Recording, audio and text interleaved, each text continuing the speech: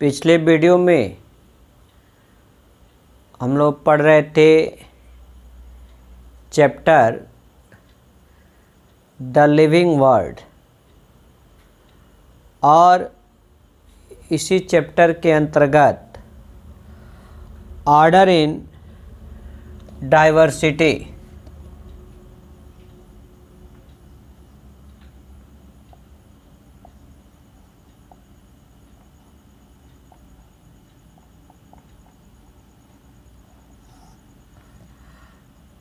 Order in diversity अर्थात विविधता में क्रमबद्धता।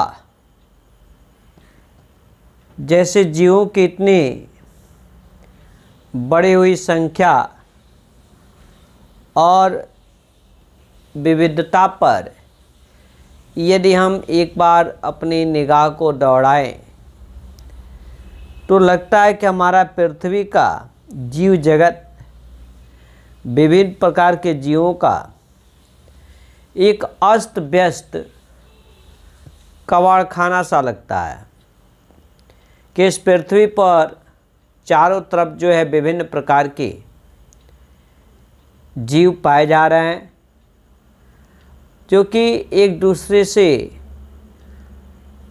अस्त व्यस्त हैं। कबाड़खाना सा है, जैसे हम लोग के मकान में जो है एक ऐसा रूम होता है जिसे कबाड़ रूम कहते हैं या उसी कबाड़ रूम को स्टोरेज रूम कहते हैं।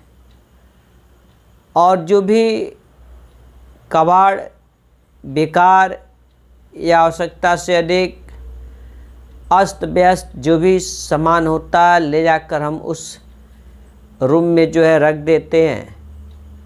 वैसे इस पृथ्वी पर जो है जीवों का एक अस्त व्यस्त कबाड़खाना सा दिखाई देता है कि जहाँ हम रहते हैं स्वयं मानव जाते हम हैं। गाय भैंस भेड़ बकरे हमारे अलावा हमारे जाति अर्थात मानव जाति के अन्य भी सदस्य, विभिन्न प्रकार के पेड़ पौधे खरपतवार, छोटे छोटे जो है जंतु प्राणी अर्थात हमारे आसपास जो है नाना प्रकार के जो है जीव पाए जाते हैं। लगता है कि जैसे इस जीवों का एक कबाड़खाना है, अर्थात ये क्या विविधता है, डाइवर्सिटी है कि इन्हें हम अलग अलग रूपों में पहचान सकते हैं। ये अलग अलग जातियों के सदस्य है। प्रत्येक जाति प्रत्येक जीव जो है किसी न किसी जाति का सदस्य होता है। तो ये विविधता है, लेकिन विविधता में भी क्रमबद्धता है, ऑर्डर है कि जैसे हम अनेक प्रकार की मछलियां देखे होंगे, कुछ कास्टिकथीज, कॉन्ड्रिकथीज, प्लेकोडर्माई, तो विभिन्न प्रकार की मछलियां हम देखे हैं। लेकिन फिर भी इनकी संरचना में, इनकी कार्यकी में इतनी समानता होती है कि इनको जो है इन सभी मछलियों को एक ही महावर्ग पीसीज मत्स्य महावर्ग में इन सभी मछलियों को हम रखते हैं। इसी प्रकार चूहा, बिल्ली, गाय, बंदर, मनुष्य, ये सब भी आपस में काफ़ी भिन्न होते हैं।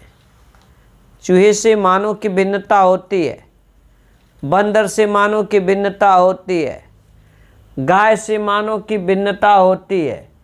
ये सब जो है आपस में भिन्न हैं, लेकिन फिर भी इन सबके शरीर पर रोम पाए जाते हैं, बाल पाए जाते हैं, स्तन ग्रंथियां पाई जाती हैं। अतः इनको जो एक बड़ा समूह मैमेलिया के अंतर्गत रखा गया। मैमेलिया अर्थात स्तनधारी वर्ग।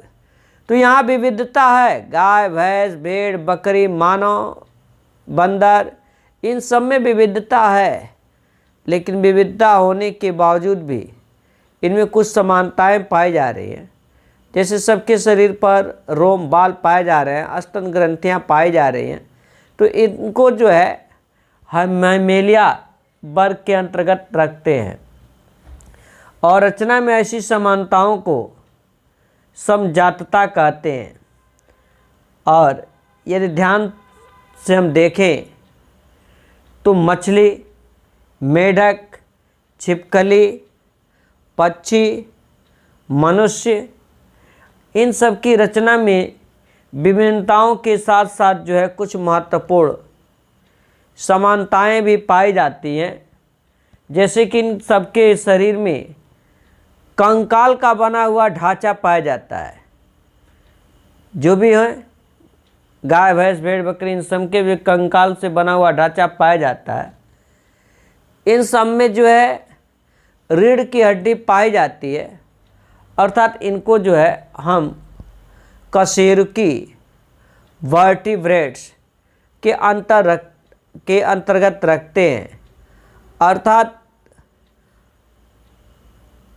विविधता में भी क्रमबद्धता है, तभी इनको जो है एक वर्ग में, एक संघ में इनको रखने का काम करते हैं, एक फाइलम में रखने का काम करते हैं। फिर है systematics and binomial nomenclature.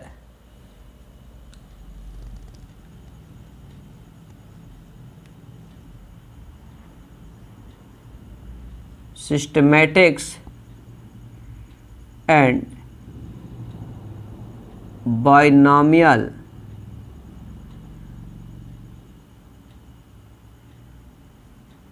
Nomenclature. Systematics and binomial nomenclature वर्गीकरण विज्ञान और द्विनाम पद्धति, द्विनामकरण पद्धति। तो सिस्टमेटिक्स अर्थात वर्गीकरण विज्ञान किसे कहते हैं? तो सभी जीव जातियों का एक विशिष्ट नाम देना एवं विशेष नियमों के अनुसार ही किसी जाति का वर्गीकरण करना, अर्थात उन्हें जीव जगत में एक निश्चित स्थान देना, निर्धारित करना सिस्टमेटिक्स वर्गीकरण पद्धति कहलाता है। और विज्ञान की वह शाखा जिसके अंतर्गत हम वर्गीकरण का अध्ययन करते हैं उसे हम वर्गीकरण विज्ञान कहते हैं।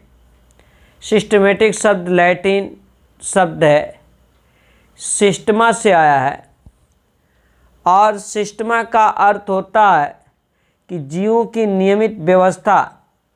तो यह भी क्या है? जीवों की नियमित व्यवस्था एक पृथक शाखा है।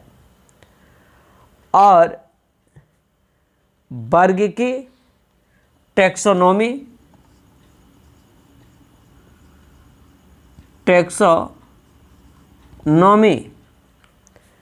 वर्गीकी। तो वर्गीकी पढ़ने से पहले हमें वर्गीकरण क्या है, तो जीवधारियों को समानताओं के आधार पर अलग अलग वर्गों में बांटना, अलग अलग वर्गों में रखना, ये क्लासिफिकेशंस कहलाता है, वर्गीकरण कहलाता है। और इसके अध्ययन को टैक्सोनॉमी अर्थात वर्गीकी कहते हैं। वर्गीकरण जो है सिस्टमेटिक्स का एक महत्वपूर्ण भाग होता है। और पहले जो है इनको वर्गीकरण को हम परिकल्प में जीव जातियों को स्पष्ट पहचान करते हैं, जाति का निर्धारण किया जाता है और फिर जो है इन जीव जातियों को छोटे बड़े समूहों में जो है बांट दिया जाता है। इस प्रकार विशेषीकरण, पहचान करना, वर्गीकरण करना, नाम पद्धत करना अर्थात उनका नामकरण करना, सब जो है वर्गीकी का आधार है। तो वर्गीकरण का क्या उद्देश्य है, हम वर्गीकरण क्यों करते हैं? AIIMS of classifications, AIIMS of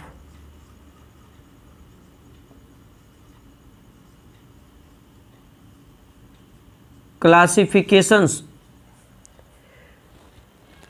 तो अध्ययन की सुविधा, यदि एक जाति ले लिया जाए मानव जाति, तो अकेले मानव जाति में भी 1 अरब से अधिक जो है जनसंख्या है केवल भारत में। 1 अरब 35 करोड़ के आसपास जनसंख्या है केवल भारत में। और यदि पूरे विश्व को देखा जाए तो कितनी जनसंख्या बहुत अधिक होगी, लेकिन हम सबके बारे में अध्ययन नहीं कर सकते, एक एक सदस्य के बारे में अध्ययन नहीं कर सकते हैं।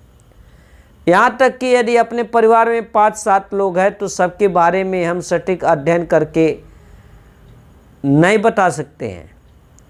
तो फिर पूरे देश में इतनी जनसंख्या है, पूरे विश्व की इतनी जनसंख्या है, इनके बारे में अध्ययन कैसे कर सकते हैं?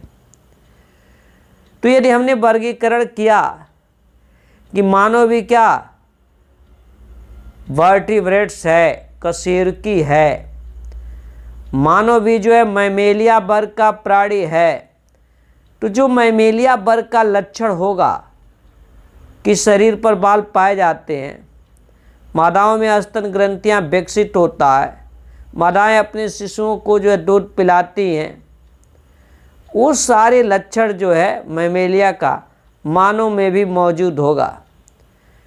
अर्थात अध्ययन की सुविधा हुई कि यदि उस वर्ग का किसी एक उस वर्ग का लक्षण जान लिए तो उस वर्ग में आने वाले जितने भी जीव हैं सबका वही लक्षण होगा।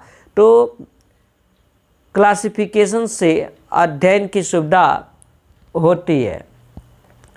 फिर है वर्गीकरण का दूसरा और सबसे महत्वपूर्ण उद्देश्य है कि विविध जीव जातियों के मौलिक अर्थात प्राकृतिक या जाति वृत्तीय संबंध स्पष्ट होता है कि क्लासिफिकेशन में उनका जाति वृत्तीय संबंध क्या है, उनका उनके पूर्वजों से क्या संबंध है, क्या इतिहास मिलता है, ऐसा जाति वृत्तीय संबंध का उल्लेख होता है। तो ये जो है 2 महत्वपूर्ण उद्देश्य रहे, एक तो अध्ययन की सुविधा और दूसरा कि विविध जीव जातियों के मौलिक या प्राकृतिक या जाति वृत्तीय संबंधों का हमें ज्ञान होता है। फिर इसके बाद है वर्गीकीयों वर्गीकरण पद्धति। नेक्स्ट वीडियो में हम लोग पढ़ेंगे वर्गीकीयों वर्गीकरण पद्धति क्या है।